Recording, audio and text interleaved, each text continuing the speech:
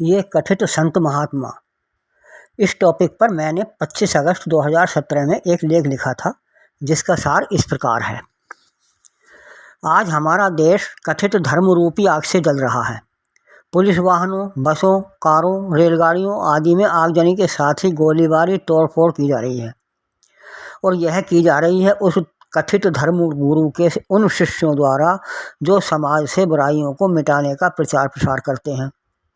ये बाबा राम रहीम के शिष्य हैं। इस बाबा को यौन शोषण के अपराध में अदालत द्वारा दोषी ठहराया गया है।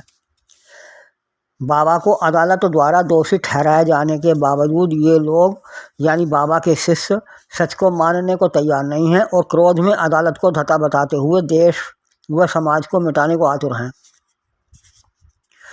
क्या यही है इनके समाज सुधार का छद्म आशय?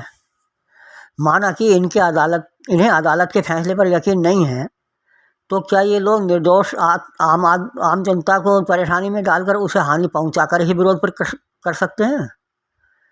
पहली बात तो ये कि अदालत के फैसले की अवमानना ही अपराध माना जाता है, और ये लोग यही काम तो कर रहे हैं। तो क्या ये अपराध नहीं है? किंतु इसके अपराधी को दंड मिलने का भी तो प्रावधान है। क्या इनको दंड दिया जाएगा? नहीं। क्यों? क्योंकि इस अपराध में शामिल लोग एक दो नहीं अपितु करोड़ों में हैं। इनका संख्या बल अधिक है। इससे पहले भी कुछ इस तरह की घटनाएं कई बार हो चुकी हैं। इससे पहले भी कई कथित व स्वयंभू संतों के अनुयायी इसी तरह की अराजकता फैला चुके हैं और उन्हें कोई दंड नहीं भुगतना पड़ा।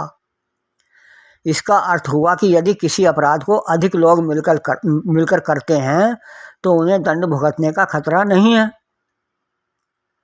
समाज के इन लोगों के बहकने का कारण आज के संत महात्मा के रूप में गुंडे लोग हैं। मेरे कहने का तात्पर्य यह भी नहीं है कि सभी संत वेशधारी लोग गुंडे ही हैं, किंतु ऐसे लोगों की संख्या काफ़ी है। कई कथित संतों के भेद खुल चुके हैं और कई जेलों में सजा भी काट रहे हैं, और कई छुपे हुए ऐसे हैं जिनको यदि जांच की जाए तो इसी घेरे में आ जाएंगे। आज हम भारतवासी महान होने का दंभ भरते हैं, नारे लगाते हैं कि मेरा भारत महान। क्या हमारे देश की यही मान्यता है कि इसमें धर्मगुरु भी पापकर्मी हैं? किस आधार पर कहें कि हमारा देश महान है? कोई दुष्कर्म नहीं जो आज हमारे देश में बड़े पैमाने पर ना होता हो, कोई विशेषता नहीं जो हमें महान बनाती हो।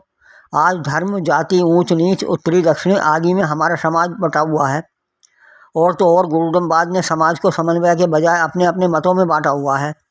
कोई शैव, कोई वैष्णव, तो कोई शाक्त।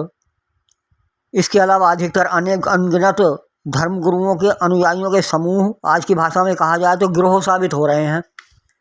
हम अपनी महानता को सिद्ध करने के लिए अपने पूर्वजों का उदाहरण देते हैं, जबकि हम इस योग्य नहीं कि स्वयं का उदाहरण दे सकें।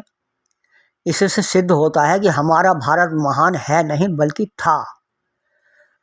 हम केवल अपने पूर्वजों की महानता को भुलाने का प्रयास करते हैं। क्या कोई संत इस समाज को सही लाइन पर लाने का प्रयास कर सकेगा?